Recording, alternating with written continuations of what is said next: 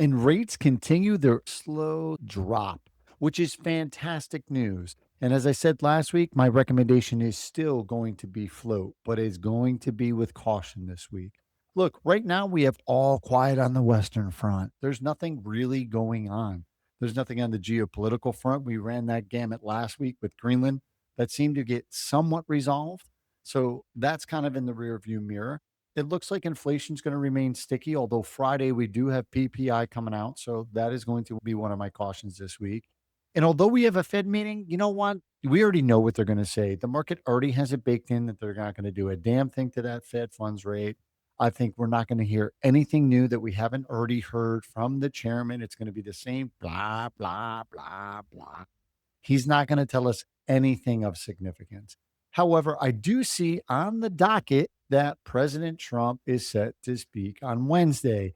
And for whatever reason, I just have this feeling that he may be announcing the next Fed chairman. And I think that can have some rustling of feathers. So while I said at the beginning of this, right now, I'm telling all of my clients to float.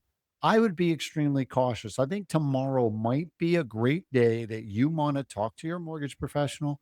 Make sure, once again, that you know that yield spread so that you can make the best financial decisions for yourself. Make sure that you're in tune with them because I think tomorrow might be the day that if you see that rate that you like and you are going to be closing within the next 30 days, it might be something worth looking at and locking in that rate. To me, those are the big two things that have the potential to move the markets this week, other than some type of announcement from this administration, which of course could happen. Who knows what's going to come out of their mouth?